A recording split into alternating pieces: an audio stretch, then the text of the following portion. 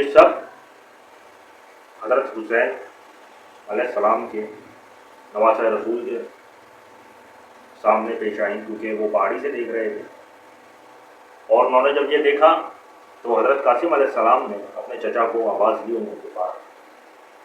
جب ان کو پکارا تو حضرت حسین علیہ السلام سے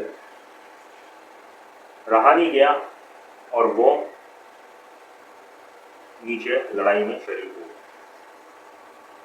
انہوں نے اپنے گھوڑے کو دشمن کے لشکر سے کاٹتے ہوئے سرپٹ دوڑایا، اتنی تیز دوڑایا کہ جتنے بھی دشمن سامنے آ رہے تھے وہ ان سب کو کاٹتے جا رہے تھے اور حضرت قاسم کے پاس جاتے ہوئے تھے۔ ایسا غصہ تھا کہ دشمن کو جنگ صفین میں ان کے والد علی کے الزامات کی یاد تازہ ہو گئی کہ جب خدا کے شہر نے اکیلے ہی دشمن کو تتر بتر کر دیا، جیسے مکھن میں چھری کی طرح ان پر دوڑتے ہوئے مارے گئے تھے۔ انہوں نے اپنی تلوار کے زوردار وار سے سینکڑوں کو مار ڈالا، جبکہ باقی اپنی حقیر جانیں بچانے کے لیے بھاگ گئے۔ یزید کے سپاہیوں کی بھگدڑ ایسی تھی کہ قاسم علیہ السلام کی جو لاش وہ ان کے ٹکڑے ہو گئے اور وہ رون دیے گئے۔ مطلب جب یزیدی لشکر بھاگا، دوڑ لگائی یزیدی لشکر نے، تو حضرت قاسم علیہ السلام کی لاش جو تھی وہ وہیں بھی موجود تھی کربلا کے میدان پہ، اور ان کے ٹکڑے ہو گئے گھوڑوں کی تاپ سے۔ پھر حسین علیہ السلام نے اپنی جو چادر تھی اس کو اتارا اور اس چادر میں وہ ٹکڑے سمیٹے اور خیمے کی طرف روانہ ہوئے۔ جب خیمے کی طرف روانہ ہوئے تو انہوں نے مردہ گھر میں، جو اس وقت خیموں میں ہی ہوتا تھا، تو خیموں میں جو مردہ گھر تھا ادھر انہوں نے ام فروا اور بی بی زینب ان کو طلب کیا، ان کو بلایا اور ان کو بولا کہ اپنے دل پہ پتھر رکھ لو، اپنا دل مضبوط کر لو۔ ام کلثوم بھی وہاں موجود تھی، ایسا انہوں نے ان کو بولا۔ فضا ان خواتین کے پاس گئی اور کہا، میں آپ سے التجا کرتی ہوں، میری خاتون فاطمہ کے نام پر قاسم کے دل کے قاتل کو دیکھنے کے لیے آپ پوری طاقت اور ہمت جمع کریں، وہ پھٹ جائیں اور ٹکڑے ٹکڑے ہو جائیں، لیکن یاد رکھیں کہ ان کی روح ہے اب میری خاتون اور حسن کے ساتھ جنہوں نے کھلے بازوؤں سے ان کا استقبال کیا ہو۔ یہ چیز حضرت حسن علیہ السلام نے اپنے بیٹے کو اپنے بھی لکھ دی تھی،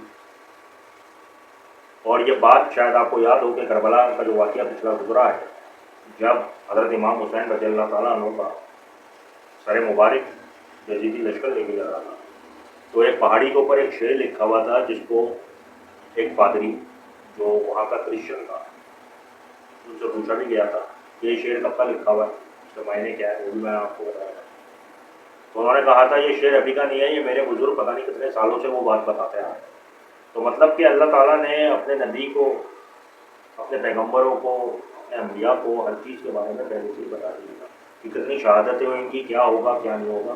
اس کے باوجود بھی اگر وہ چاہتے تو پیاسے نہیں شہید ہوتے، وہ چاہتے تو دریائے فرات کو ایک بار آواز دیتے، دریائے فرات ان کے پیروں میں، ان کے قدموں میں آ کے گر جاتا، وہاں سے چشمے پھوٹ پڑتے، لیکن انہوں نے ایسا نہیں کیا۔ اگر ایسا وہ کرتے تو اسلام کا جھنڈا کبھی نہیں اونچا ہوتا، ہم مسلمان کبھی نہیں ہوتے، اسلام کا جھنڈا کبھی نہیں چلاتا، کلمہ لا الہ الا اللہ محمد رسول اللہ کبھی ہماری زبانوں پہ نہیں آیا، لیکن انہوں نے ایسا نہیں کیا۔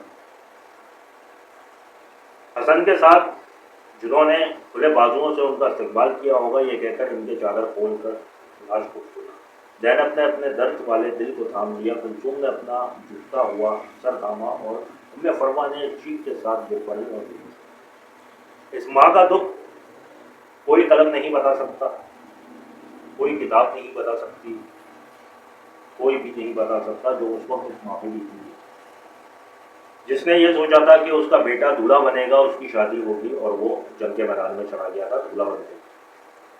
کیوں؟ کیونکہ حکم خدا تھا، حکم رسول تھا، حکم ہے امام حسن رحمۃ اللہ والد کا اور حکم ہے چچا امام حسین علیہ السلام کا.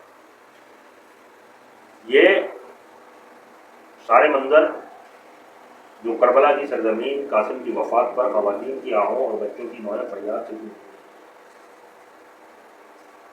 اور یہ وہ واقعات ہیں جو حضرت قاسم علیہ السلام کے ساتھ پیش آئے جو میں نے آپ لوگوں کو بتایا. انشاءاللہ تعالیٰ اپنی اگلی ویڈیو میں نئے موضوع کے ساتھ نئے مضمون کے ساتھ پیش کروں گا اور آپ کے سامنے پیش کروں گا. پسند آئے تو لائک کا بٹن دبا دیجیے گا, سبسکرائب کر دیجیے گا, کمنٹ سیکشن میں اپنا کمنٹ لازمی دیجیے گا کیونکہ آپ کی کمنٹ سے ہم لوگوں کی حوصلہ افزائی ہوتی ہے. جتنے بھی یوٹیوبرس ہیں یا جو یوٹیوب پہ بناتے ہیں وہ پھر زیادہ سے زیادہ محنت کرتے ہیں. اور دو بات اور کہوں گا کہ آپ لوگوں کا بہت زیادہ شکریہ جنہوں نے میری ویڈیو کو پسند کیا اور انہوں نے مجھے پسند کیا, میرے بولنے کو پسند کیا, میری تفصیل کو پسند کیا جو بھی میں آپ لوگوں کے سامنے پیش کرتا ہوں. اور آپ لوگوں کی محبتوں کا شکریہ. یہ چینل آپ لوگوں کا ہے, میرا نہیں ہے. جو کچھ سیکھنا چاہتے ہیں آپ لوگ ان سے سیکھیں. میں انشاءاللہ تعالیٰ آپ لوگوں کو سکھاؤں گا. جو بات ہے وہ آپ مجھ سے ڈائریکٹ کر سکتے ہیں. کمنٹ سیکشن آپ لوگوں کے سامنے ہے, اس میں آپ کریں. انشاءاللہ تعالیٰ نئی ویڈیو میں ایک نئے موضوع کے ساتھ دوبارہ سے ملاقات ہوئے گی. اجازت دیجیے. اللہ حافظ.